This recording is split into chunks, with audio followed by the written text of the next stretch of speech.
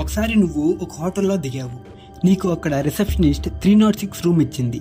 కానీ ఎట్టి పరిస్థితుల్లో పక్కన ఉన్న 309 రూమ్కి వెళ్ళొద్దు అని చెప్పింది. నీకు ఇంతలా వెళ్ళొద్దు అని చెప్తే వెళ్లకుండా ఉంటావా?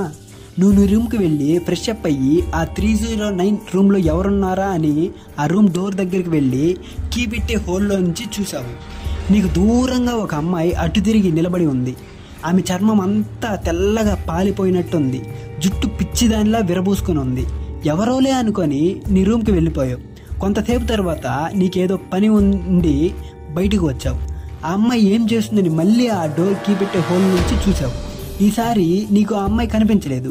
మొత్తం ఎర్రగా అక్కడక్కడ నల్ల డాట్స్లా కనిపించింది.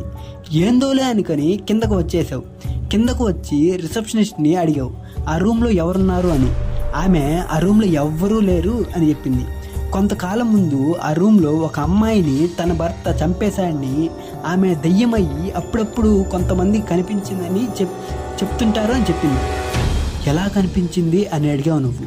ఆమె శరీరం మొత్తం తెల్లగా పాలిపోయినట్టు ఉంటుందని, జుట్టు పిచ్చిదానిలా ఉంటుందని, కళ్ళు ఎర్రగా ఉండి అందులో నల్ల మచ్చలు ఉంటాయని వాళ్ళు చెప్పారని ఆమె చెప్పింది.